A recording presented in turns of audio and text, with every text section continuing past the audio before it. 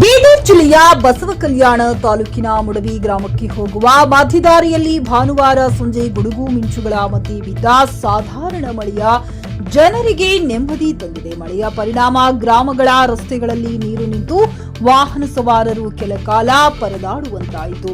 ಕೆಲವೆಡೆ ಗಾಳಿ ಸಹಿತ ಮಳೆ ಸುರಿದ ಕಾರಣ ಮರದ ಕೊಂಬೆಗಳು ಮುರಿದು ಬಿದ್ದ ಘಟನೆಗಳು ವರದಿಯಾಗಿವೆ. ಈ ಘಟನೆಯಲ್ಲಿ ಯಾವುದೇ ವಸ್ತುಗಳು ಹಾಗೂ ವ್ಯಕ್ತಿಗಳಿಗೆ ಹಾನಿಯಾಗಿಲ್ಲ. ಆದಿತ್ಯ ಗುಜ್ರಿ, ಜಿಕೆ ನ್ಯೂಸ್ ಕನ್ನಡ, ಬಸವ ಕಲ್ಯಾಣ. ಜಾಮ್ ಆಗ್ಯದ, ಯಾವ ಗಾಡಿ ಬರಬೇಡ್ರಿ. ಜಾಮ್ ಇರ್ತದ, ಎಲ್ಲ ಹಿಡಿಯೋದು ತೆಗಿಲಕ್ಕೆ ಟೈಮ್ ಆಗ್ತದ. ಮಳೆ ಅದ, ಸ್ವಲ್ಪ ಒಂದು ಗಂಟೆ ವೇಟ್ ಮಾಡಿ. ಇದು ನಮ್ಮ ತಲೆ ಮೇಲೆ ಬೀಳಂಗದ. ಮತ್ತೆ ನಡಿಯೋಣ ಸಾಕು. ಅಲ್ಲಿ ಬಸ್ ನಿಂತು ನೋಡ್ರಿ, ಅಲ್ಲಿ ಬಸ್ ನಿಂತದ್ರಿ.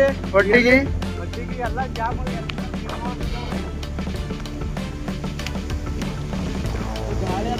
ಜೆಕೆ ನ್ಯೂಸ್ ಕನ್ನಡ, ಇದು ಭ್ರಷ್ಟರ ಪಾಲಿಗೆ ಸಿಂಹ ಸ್ವಪ್ನ.